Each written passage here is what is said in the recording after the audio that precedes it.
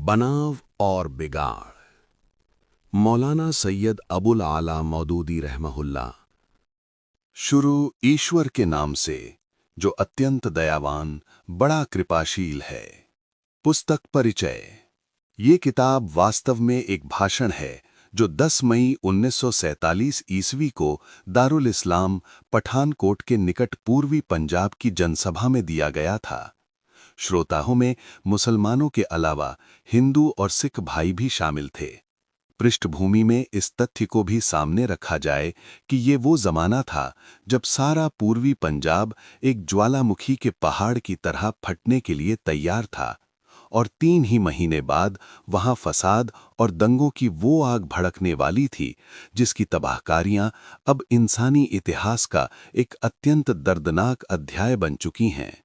इस किताब में देश को बचाने और विकास के मार्ग पर लाने के लिए जो बातें बताई गई हैं, उनकी प्रासंगिकता आज भी है।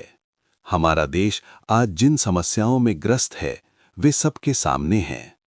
इस किताब को पढ़कर देशवासियों, उसके शासक वर्गों और देश के शुभचिंतकों को अवश्य मार्गदर्शन प्राप्त होगा और वो अपने प्यारे देश भारत को तबाही और विनाश से बचाने का अवश्य प्रयास करेंगे, ऐसी हमें आशा है।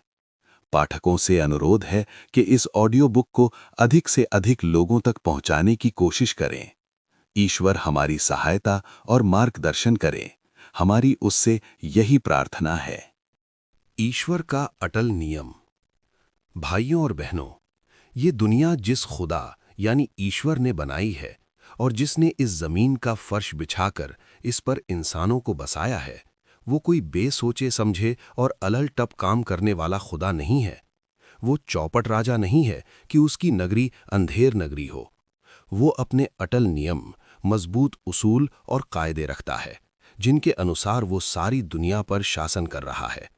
उसके कानून से जिस तरह सूरज, चांद, जमीन और तारे बंधे हुए हैं, जिस तरह हवा, पानी, पेड़ और जानवर बंधे हुए हैं, उसी तरह हम आप सब इंसान भी बंधे हुए हैं। उसका कानून जिस तरह हमारे जन्म और मौत पर, हमारे बचपन और जवानी और बुढ़ापे पर, हमारे सांस के आने जाने पर, हमारे हाजमे और खून की गर्दिश पर और हमारी बीमारी और तंदुरुस्ती पर बेलाग और अटल तरीके से चल रहा है, ठीक उसी तरह उसका एक और कानून भी है जो हमारे इतिहास के उतार चढ़ाव पर, हमारे गिरने और उठने पर, हमारी उन्नति और पतन पर और हमारी निजी, सामूहिक और राष्ट्रीय उन्नति एवं अवनति पर शासन कर रहा है। ये कानून भी उतना ही बेलाग और अटल है। अगर ये मुमकिन नहीं है कि आदमी नाक से सांस लेने के बजाय आंखों से सांस लेने लगे और मैदे में खाना हजम करने के बजाय दिल में हजम करने लगे, तो ये भी मुमकिन नहीं है कि ईश्वर के कानून के अनुसार जिस राह पर चलकर किसी कौम को नीचे जाना चाहिए, वो उसे ऊंचाई पर ले जाए। अगर आग एक के लिए गर्म और दूसरे के लिए ठंडी नहीं है, तो बुरे करतूत भी जो ईश्वर के कानून के अनुसार बुरे हैं, एक को गिराने वाले और दूसरे को उठाने वाले नहीं हो सकते। जो उसूल और नियम भी ईश्वर ने इंसान की भली और बुरी तकदीर यानी भाग्य बनाने के लिए तय किए हैं, वे न किसी के बदले बदल सकते हैं, न किसी के टाले टल सकते हैं और न उनमें किसी के साथ दुश्मनी और किसी के साथ रियायत ही पाई जाती है। इस किताब के अगले भाग को सुनने के लिए हमारी इसी प्लेलिस्ट का अगला वीडियो जरूर देखें।